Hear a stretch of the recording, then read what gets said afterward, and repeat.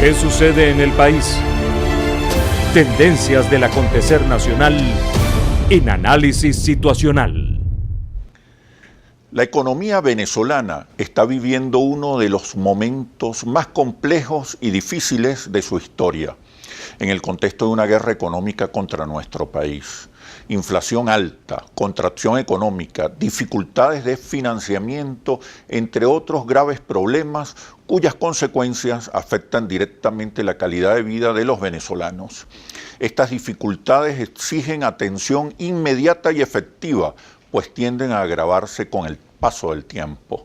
A esta crisis se le agrega ahora las consecuencias derivadas de las sanciones económicas decretadas por el gobierno de Estados Unidos, que tienen particular impacto sobre la operatividad del negocio petrolero en Venezuela.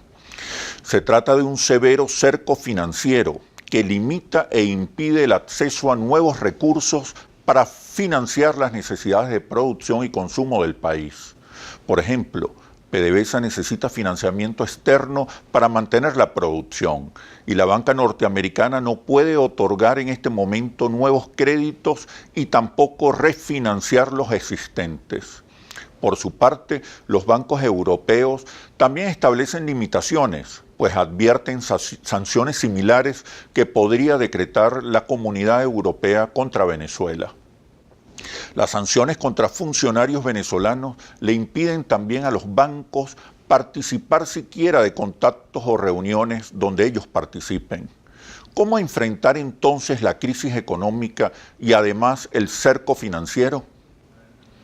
En primer lugar, continuando y fomentando el diálogo, pues habiendo conversaciones y negociaciones entre los actores políticos y económicos fundamentales y un cronograma electoral en ejecución aceptado por todas las partes, no se justifica ni es compatible una política de sanciones y menos su escalamiento. Y en segundo lugar, con el diseño de una política económica que tenga como objetivo social aliviar las dificultades materiales de la población con urgencia y efectividad. El punto de partida básico de cualquier prescripción de política económica es el balance en las cuentas fiscales y monetarias. ¿Cuánto necesito gastar? ¿De cuántos ingresos dispongo? ¿Y cuánto se puede financiar sin generar inflación, devaluación ni otros desequilibrios macroeconómicos? Sin este cálculo es difícil delinear decisiones económicas para que sean exitosas y estabilizar la economía y revertir el deterioro en las condiciones de vida de la población. Hay que cambiar las reglas de asignación de divisas del Estado, haciéndolas más transparentes, estableciendo públicamente prioridades y concentrándolas en la importación de alimentos, medicinas y en insumos intermedios para reactivar la producción nacional. Otro punto es permitir un precio tal que genere una oferta privada de divisas y además ampliar los canales de compra-venta. El mercado cambiario, mientras más abierto, amplio, transparente y competitivo, garantiza mejores condiciones para una estabilización del valor de la moneda. Los dólares que vende el Estado a precio de mercado van a generar ingresos en bolívares, suficientes para impulsar programas de subsidio directo, por ejemplo, sin necesidad de que el Banco Central financie el déficit de las empresas del Estado. La actividad petrolera, industrial y agroalimentaria requiere de fuertes inversiones para apuntalar su producción. El acceso a los mercados financieros y la captación de nuevas inversiones internacionales son palancas imprescindibles para fomentar el desarrollo de las fuerzas productivas en estas áreas. Sincerar el precio de la gasolina, así como las tarifas de algunos servicios públicos, es otra decisión pendiente que permitiría generar mayores ingresos y obtener recursos para mejorar los servicios y mantener la infraestructura. Otras decisiones de política económica que deben articularse son la política monetaria y la política de fijación de precios. Hay que tomar decisiones urgentes y ejecutarlas perentoriamente para aliviar el malestar de la población, relanzar la esperanza y retomar el crecimiento económico. Para analizar esta situación he invitado al economista y analista financiero Ramiro Molina, profesor de Finanzas Internacionales y Economía Conductual en la Universidad Católica Andrés Bello, consultor de importantes empresas nacionales e internacionales. ¿Qué sucede en el país? Tendencias del acontecer nacional en análisis situacional. ¿Qué sucede en el país? Tendencias del acontecer nacional en análisis situacional. Bienvenido, Ramiro, ¿cómo estás? Muy bien, gracias por la oportunidad. Dada la caída de los precios del petróleo, y no se espera en los próximos años un repunte, por lo menos a los altos precios que vivimos en una oportunidad, el Estado ya no puede financiar el desarrollo ni el bienestar totalmente. ¿Qué hacer? Bueno, cualquier país que enfrenta ese tipo de situaciones, una caída súbita e imprevista, como en este caso, y cuantiosa, de ingresos, necesita replantearse una estrategia de financiamiento, necesita entender toda la disponibilidad en cualquier mercado financiero y todas las opciones disponibles que hay, que afortunadamente son muchas, porque los mercados financieros a nivel mundial se han sofisticado de una manera que acomodan flujos de ingresos y egresos entre países en magnitudes que no hayamos conocido. Hay fuentes de financiamiento. Ciertamente. ¿Cómo accesar? Los mercados existen y además estamos en un momento donde hay mucha liquidez internacional. Es decir, este es un momento bueno para conectarse con diversas opciones en los mercados. Y Venezuela ha estado un poco restringida en eso desde hace mucho tiempo. Venezuela no ha hecho emisiones primarias directas, por ejemplo, de bonos, que es el instrumento más convencional, a los mercados desde principios de este siglo. Siempre tuvo que hacer emisiones bolívar, dólar y por vericuetos. Digamos, el escepticismo sobre la viabilidad de la gestión económica en Venezuela ha estado presente desde hace tiempo y por eso Venezuela ha sido el campeón del alto riesgo en toda... Hay de incertidumbre. Ciertamente, y eso se ha reflejado en que los rendimientos exigidos a Venezuela hayan sido, no en los últimos 2, 3 años, sino desde siempre, de los mayores en el mundo, reflejando que se le atribuye un riesgo que lamentablemente nuestros gobiernos nunca supieron defender y hacer un buen caso. Siempre pensaron que si pagaban sus obligaciones era suficiente, pero yo creo que eso ya está claro que no es suficiente. La palabra sería una estrategia de financiamiento internacional, pero ¿en qué consiste esa estrategia? En una conexión con los mercados directa, con algún plan visible, comunicado, una política y ciertamente unas señales de política económica doméstica. Discurso más atractivo para Creo que los hechos son el mejor discurso. Si tú tuvieras una economía estabilizada y en crecimiento, sería mucho más fácil la tarea, ¿no? Entonces, la gestión doméstica es una pieza fundamental, pero tampoco es suficiente. La otra es entender los mercados financieros internacionales. Y ahora que estamos confrontando esta especie de cerco que se ha estado tendiendo a raíz de las sanciones, creo que puedes optar por dos vías. Una es evadir el cerco y otra es desmontar el cerco. Creo que lo apropiado es desmontar el cerco. ¿De qué manera se puede desmontar el cerco financiero? Atraer inversiones. Sí. Y abriendo los canales. Y encontrar nuevas fuentes de financiamiento. Destapando las cañerías que están obstruyendo. ¿Qué cañerías hay que destapar? La primera es las reglas cambiarias, que el dinero puede entrar y salir sin la incertidumbre de cuánto ni cómo. ¿Cuál es el régimen cambiario ideal para un país como Venezuela en las actuales circunstancias?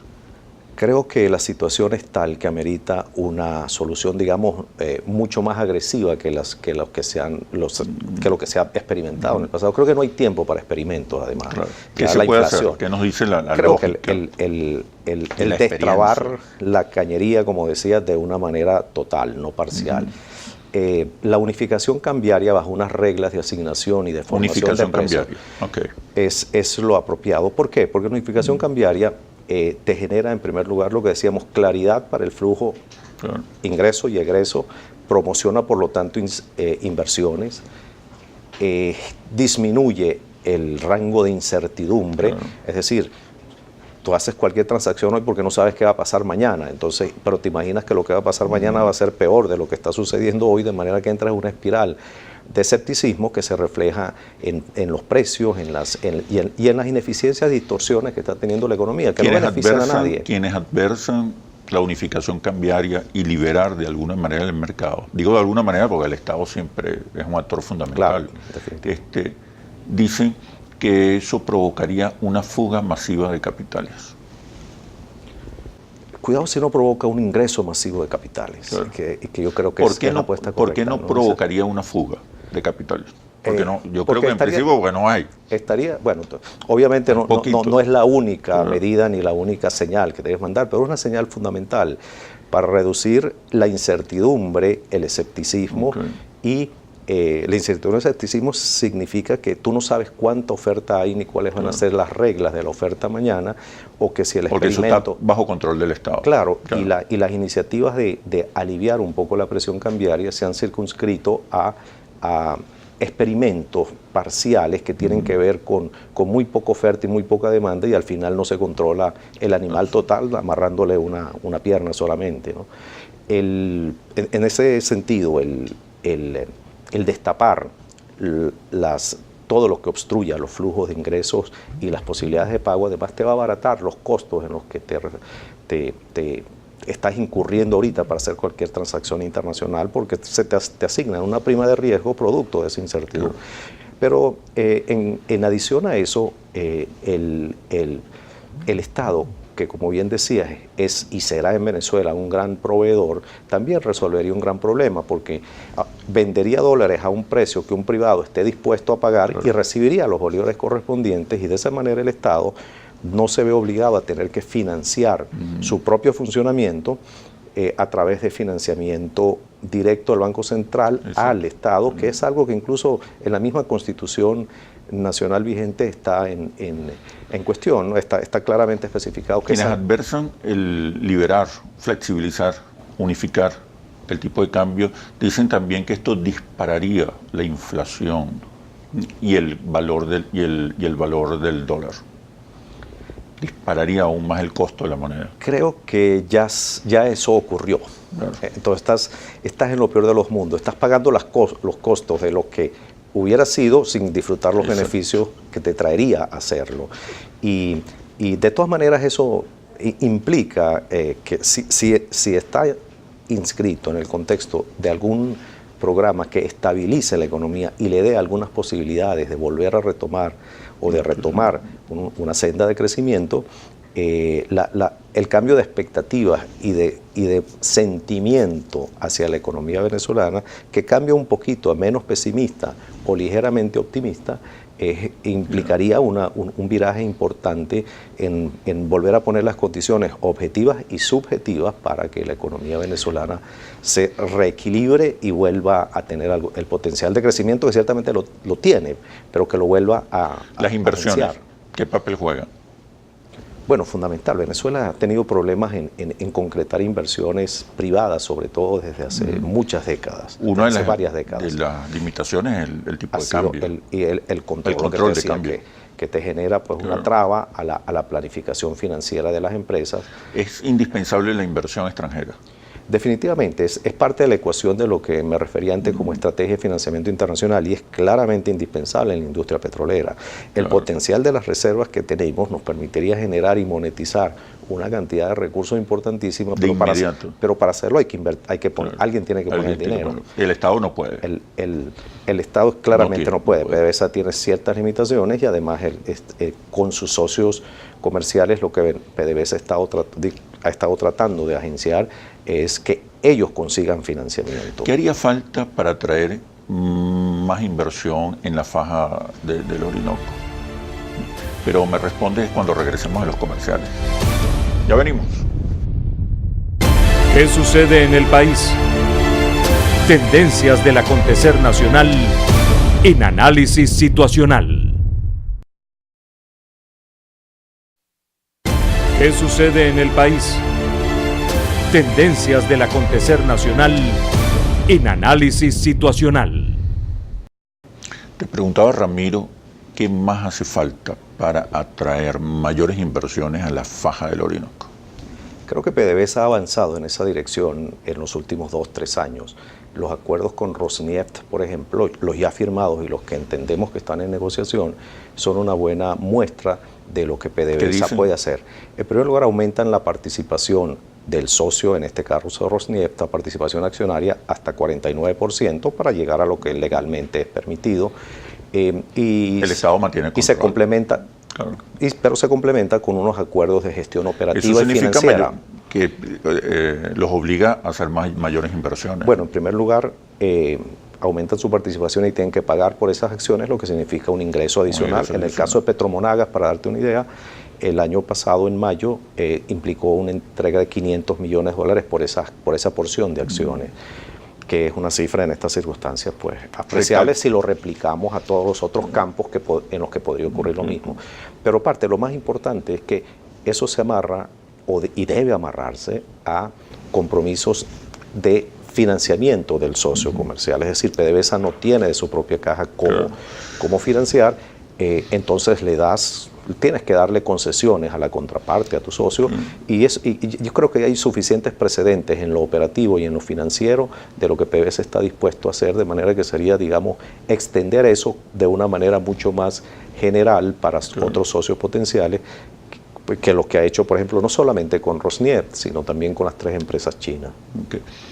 ¿Qué más hace falta a esa estrategia de financiamiento? Lo cambiario, para complementarlo, debería suceder en un ambiente mucho más estructurado, quiero decir, sin parcelas, sino con las puertas abiertas para que participen actores muy diversos, que promuevan la oferta, que se facilite que el privado que quiera vender pueda conseguir el precio que le convenga. Establecer distintos espacios para la compra, venta, la negociación. Canales, flujos, pero que todo ello converja en una especie de subasta abierta, seria. Hay plataformas tecnológicas que tienen eso resuelto en muchos países del mundo, que tienen la ventaja de que son transparentes, no tienen espacio para que sea manipulado ni por ningún agente en particular, porque todos participan y se vigilan, de manera que eso luce a estas alturas suficientemente maduro y conveniente, ¿no? Lo otro en la estrategia de financiamiento importantísimo es que Venezuela ha descuidado mucho sus relaciones con los mercados, incluso los bonos que ha vendido y que lo tienen tenedores muy dispersos alrededor del mundo, están distanciados de sus tenedores, es decir, el suministro de información, la atención de los mercados, que es lo que al final te permite que tú con ellos puedas hacer operaciones, por ejemplo, de refinanciamiento. Si tú no tienes ese contacto como parte de una estrategia, el suministro de información y la apertura de todos los canales de comunicación para responder todas las dudas, si no eso se puede hacer aún en el marco de las sanciones del gobierno norteamericano. Es que es aún más importante hacerlo en el marco de las sanciones, para que todo esté claro, porque es que si no dejas un espacio de incertidumbre que te castiga con el pesimismo. Si es posible renegociar. No, definitivamente, y hay países en el mundo que son ejemplos clásicos de eso, y eso abarata los costos de financiamiento, te abre otros canales. Por eso decía que bienvenido, a propósito de la canasta de moneda, explorar otros mercados, otras opciones, pero no sustituirlos, porque hay una realidad muy particular. Digo, no sustituirlos enteramente. Hay una realidad muy particular. Aún China y Rusia y Japón, para entrar en los mercados internacionales, la realidad es que tienen que hacerlo a través de canales del dólar. La misma China, que es un gran actor ahora, la segunda economía del mundo, etcétera, sus relaciones internacionales y sus reservas internacionales están principalmente en dólares y en títulos de Estados Unidos, del gobierno americano. De manera que no podemos pensar que evadiendo y autosancionándonos, saliéndonos de los circuitos de los mercados donde podemos tender puentes de acceso a financiamiento, sea conveniente para el país, porque no va a resultar costoso. ¿Hay peligro de default? Bueno, el peligro siempre lo hay porque depende de dos cosas, la capacidad de pago y la voluntad de pago. ¿Hay capacidad de pago? ¿Hay voluntad de pago? Y la voluntad de pago ha sido muy consistente de parte del gobierno. Bueno, uno siempre dice las cosas no son así hasta que cambian. Los montos que hay que pagar comparados con los montos del pasado son, sí, ahorita son relativamente está pequeños. bajo menor presión desde el punto de vista del flujo de caja, ¿no? No tiene sentido declarar default. No, parece absolutamente manejable. Absurdo. Venezuela ha disminuido su stock de deuda. De hecho, es el único país en el mundo que lo ha hecho, porque en circunstancias normales todos los países refinancian. Claro, Entonces, claro. Pero Venezuela ha pagado. Y se endeudan más. Después de que pague octubre y noviembre de este año, va a haber reducido su deuda en 15.000 millones de dólares. Eso es algo heroico. Lo que pasa es que es costoso porque en circunstancias normales, y creo que de esto está consciente el mismo presidente de la República hacia abajo, porque cuando dicen que hubieran podido refinanciarlo.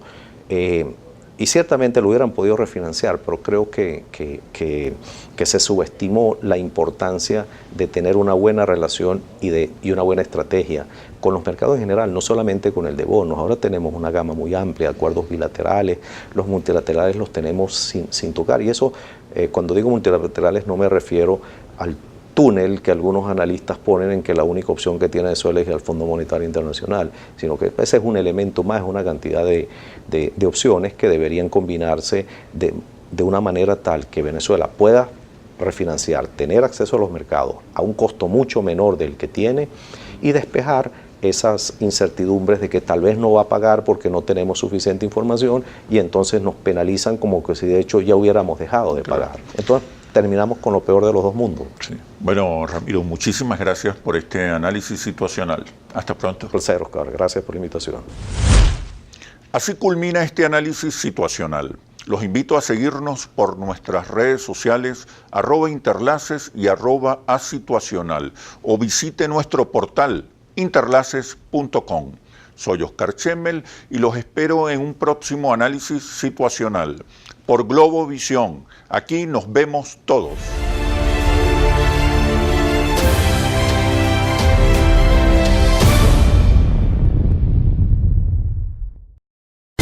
¿Qué sucede en el país?